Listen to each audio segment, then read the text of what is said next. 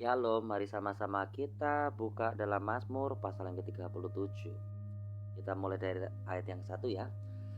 Dari Daud, jangan marah karena orang yang berbuat jahat, jangan iri hati kepada orang yang berbuat curang, sebab mereka segera lisut seperti rumput dan layu seperti tumbuh-tumbuhan hijau.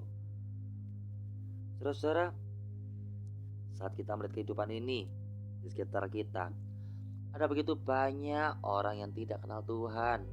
Ada begitu banyak orang yang tidak mengerti kebenaran yang sejati yang didapat dalam Tuhan, dalam nama Tuhan Yesus Kristus.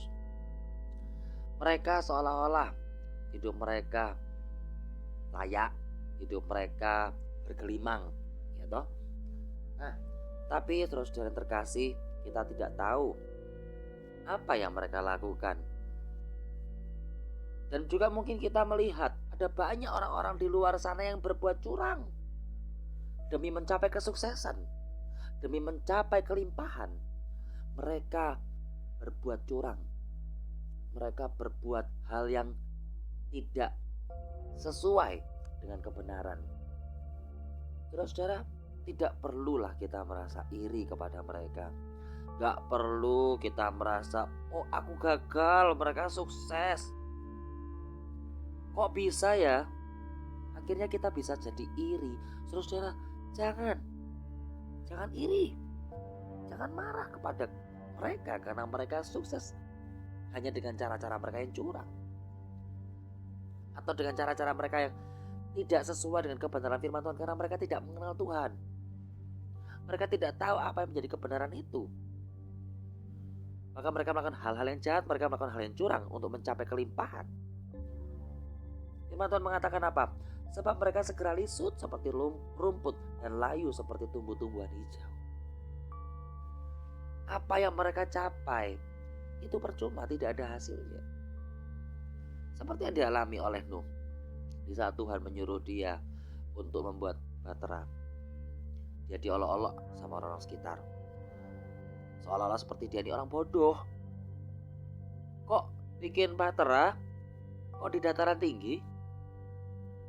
Orang-orang sekitar yang tidak mengenal Tuhan, mereka tidak mengerti kehendak Tuhan, mereka tidak mengerti rencana Tuhan.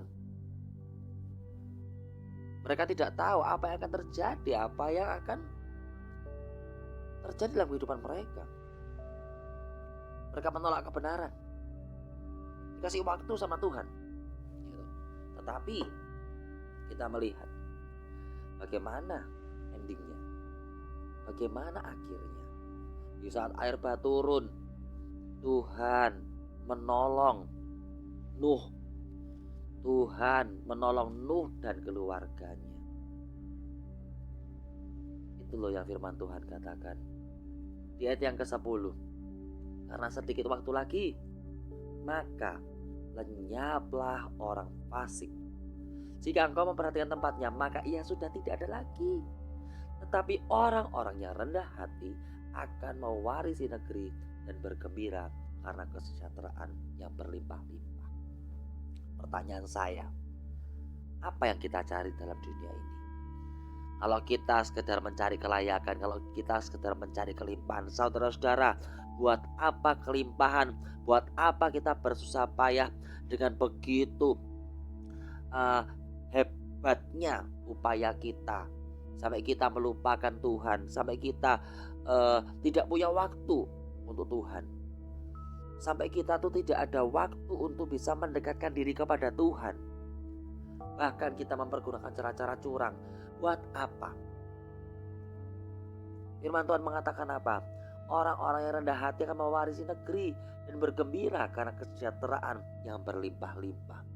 Apa yang kita cari? Damai sejahtera.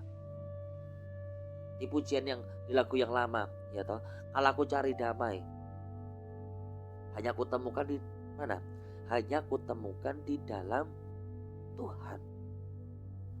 Kita percuma kita cari kesejahteraan, kita cari kedamaian di dunia. Nonsense, percuma, tidak ada hasilnya. Di ayat yang ke-23 dikatakan Tuhan menetapkan langkah-langkah orang yang hidupnya berkenan kepadanya. Langkah orang-orang yang hidupnya berkenan kepada Tuhan. Siapa orang yang berkenan kepada Tuhan? Mereka yang dekat dengan Tuhan. Mereka yang punya hubungan yang khusus, yang akrab dengan Tuhan. Mari sama-sama kita belajar untuk kita semakin hari berjalannya waktu, kita semakin dekatkan diri kepada Tuhan. Kita gali terus firman Tuhan.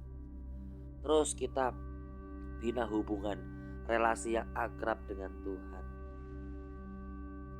Maka apa? Tuhan akan menuntun kita.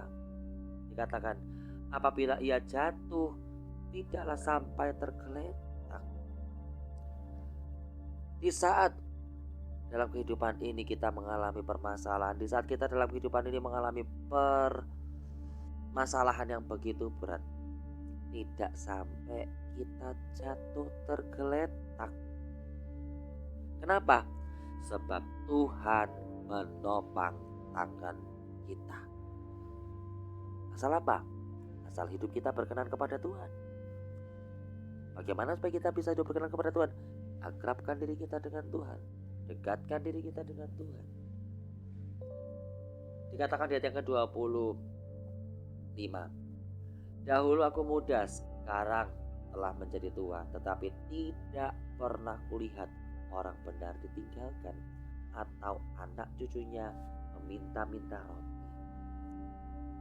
Tiap hari ia menaruh belas kasihan dan memberi pinjaman, dan anak cucunya menjadi berkat. Itu loh yang dikatakan firman Tuhan. Mari sama-sama saat ini kita belajar.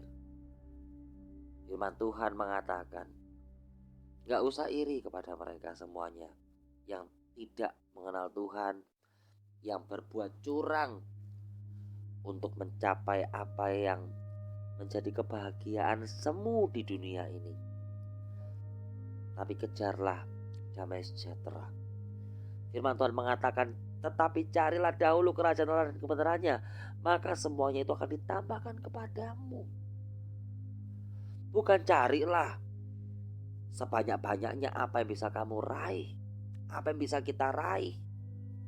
Betul, memang kita harus berupaya di dunia ini, tidak bermalas-malasan, tidak bertopang dagu, tidur tok, tidak. Kita harus berusaha, iya. Tetapi apa? Bukan jeripayah kita yang menjadikan kita kaya, tetapi Tuhanlah yang memberikan berkat.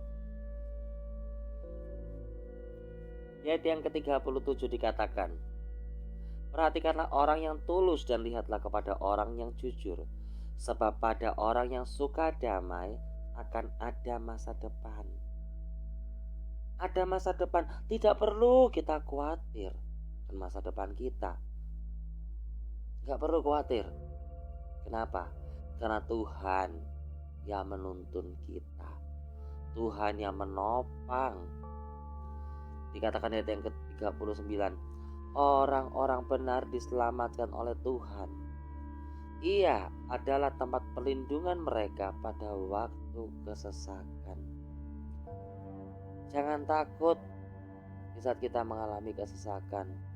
Jangan takut di saat kita mengalami permasalahan, di saat kita mengalami persoalan. Jangan takut. Kenapa? Karena Tuhan menolong.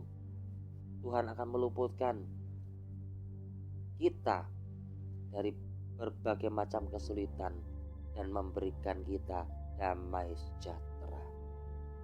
Haleluya.